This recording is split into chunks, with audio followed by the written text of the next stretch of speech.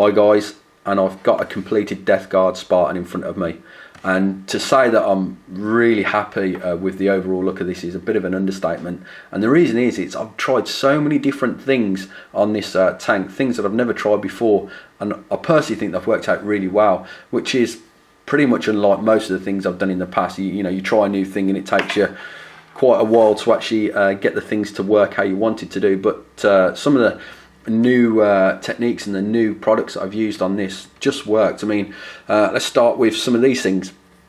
Now, I bought these, I've wanted to use these for quite some time actually, but never got around to it. But I bought these and I've seen some of the amazing results that Max done with these, and you know, he loves them, and now I know why. They're fantastic, they really are. Now, these are not acrylic, guys, these are enamel. But they're very easy to work with. The crucial thing is you can't thin them with water really, and to actually get the most out of them you need to actually use white spirit.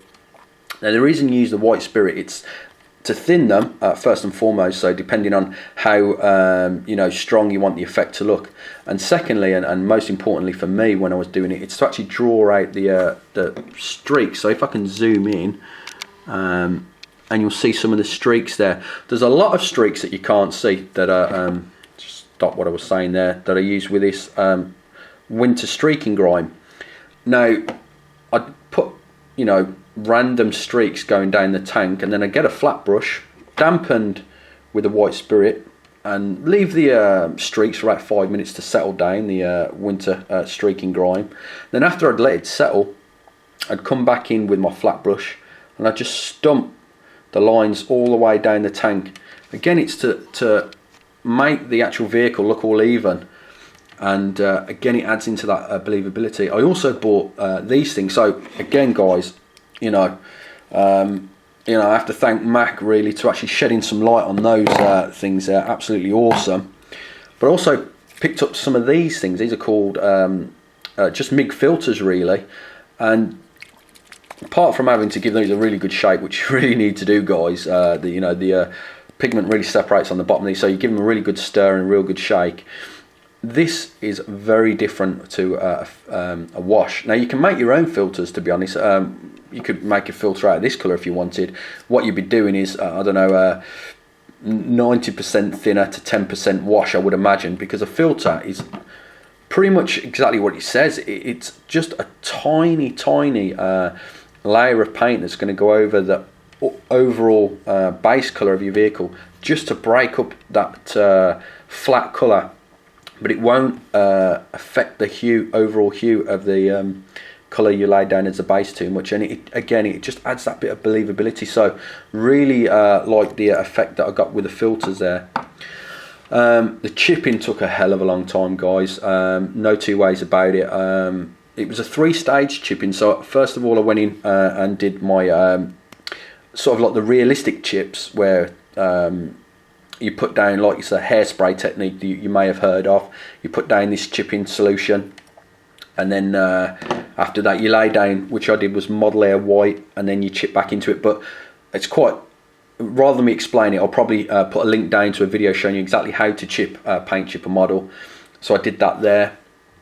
And then I went in with some normal chips using my live colour paints, and these are fantastic. No thinning for the chips. You can just literally unscrew the lid, and the paint actually comes on the back of the lid, so it's so easy to just dip your sponge in and chip straight from the lid. So I found those absolutely fantastic to use there.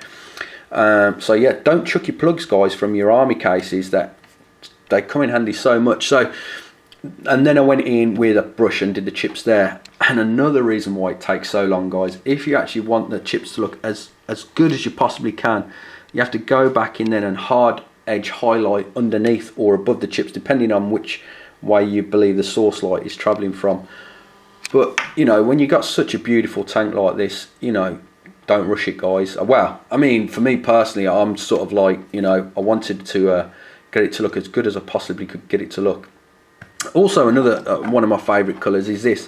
It's engine oil by MIG. It's I use it with this stuff, odorless turpentine, to create sort of like fairly realistic looking oil stains, and you might see on the top of the tank there around the gasket The light's not picking up, but it looks like a sticky, shiny thing.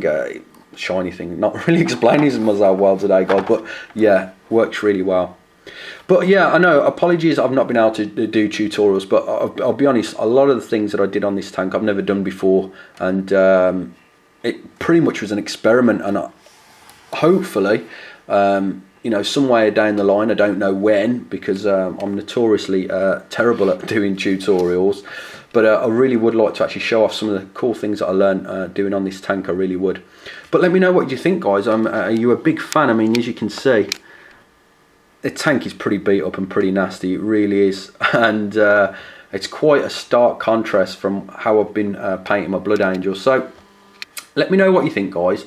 Don't forget to rate, comment and subscribe, and like I say, the more noise you make about tutorials, guys, maybe the more it'll give me a kick up the bum to actually go about and do that. So again, thanks for watching, guys, and I'll catch you in the next one.